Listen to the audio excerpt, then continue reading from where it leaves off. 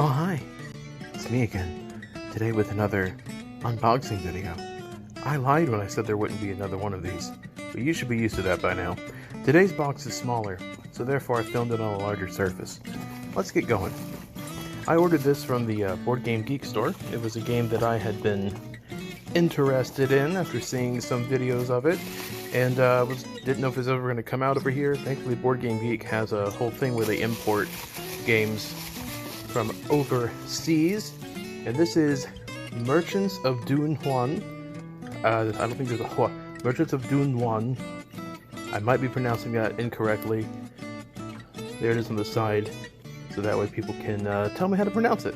Unfortunately, I just haven't been around a lot of people who speak this language. This is from South Korea, from Mandu Games. And it's I'm actually pretty excited about this one. This one looks really interesting because there's a deck of cards, 1 through 10, but there's 10 10s, 9 9s, 8 8s, etc.